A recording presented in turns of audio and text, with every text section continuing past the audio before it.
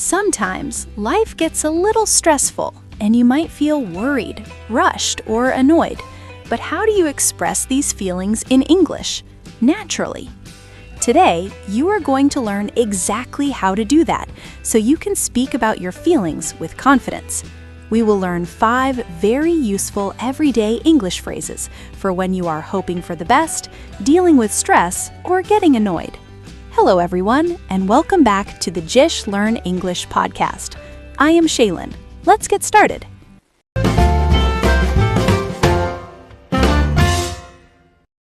Imagine this situation to help us understand. My friend Mark has a very important job interview today, and he really wants to get this job. I ask him, "Are you going to get the job?"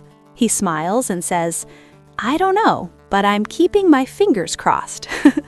When Mark says, "I'm keeping my fingers crossed," he means he is hoping for good luck.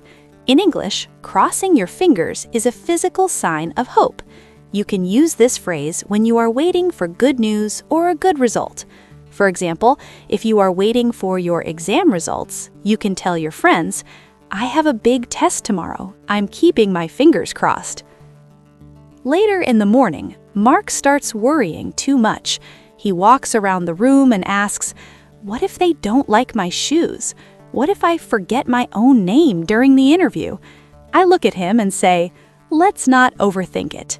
To overthink means to think about something too much, which usually makes you feel worried or scared.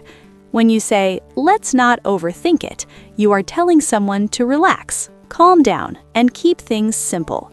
If your friend is worrying too much about what clothes to wear to a simple dinner, you can smile and say, "It is just a fun dinner with friends. Let's not overthink it." Mark takes a deep breath and calms down.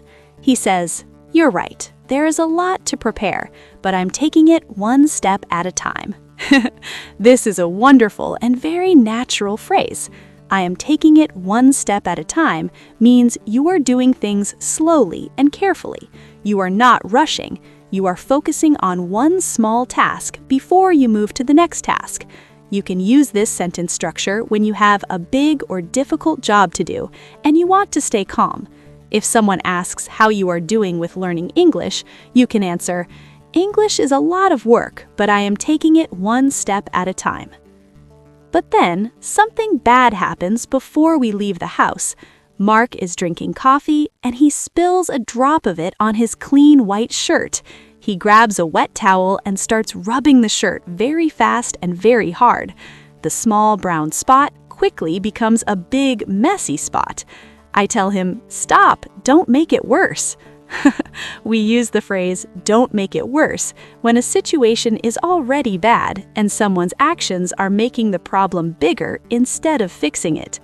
So if your friend is already late for work and starts driving too fast and dangerously, you can calmly say, "Please slow down, don't make it worse." Because Mark has to change his shirt, we are running late. We get into the car, but there is a lot of traffic on the road. The cars are not moving at all. Mark looks at his watch, sighs, and says, "I'm losing my patience." When you say, "I'm losing my patience," it means you are becoming angry or annoyed because you have to wait for a long time or deal with a frustrating problem. It is a very natural way to express that you are tired of waiting. You can use this easily in your everyday life. For example, if you are standing in a long line at the supermarket for 20 minutes, you can tell your friend, "This line is too slow. I'm losing my patience." Now you can start using these phrases in your own daily life. Let's quickly review what we learned today so you can remember it easily. When you hope for good luck, you say, "I'm keeping my fingers crossed." When you want someone to stop worrying, you say, "Let's not overthink it." When you do things carefully without rushing, you say, "I'm taking it one step at a time." When someone is adding to a problem, you say, "Don't make it worse." And finally, when you are tired of waiting, you say, "I'm losing my patience." Now it is your turn to practice speaking. Have you ever had a moment where you had a lot to do and you were taking it one step at a time?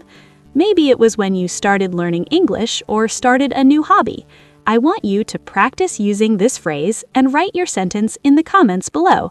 If you enjoyed this lesson and found it helpful, please like this video and subscribe to the JISH Learn English podcast for more easy English lessons. Keep practicing, speak confidently, and I will see you all in the next episode. Bye-bye!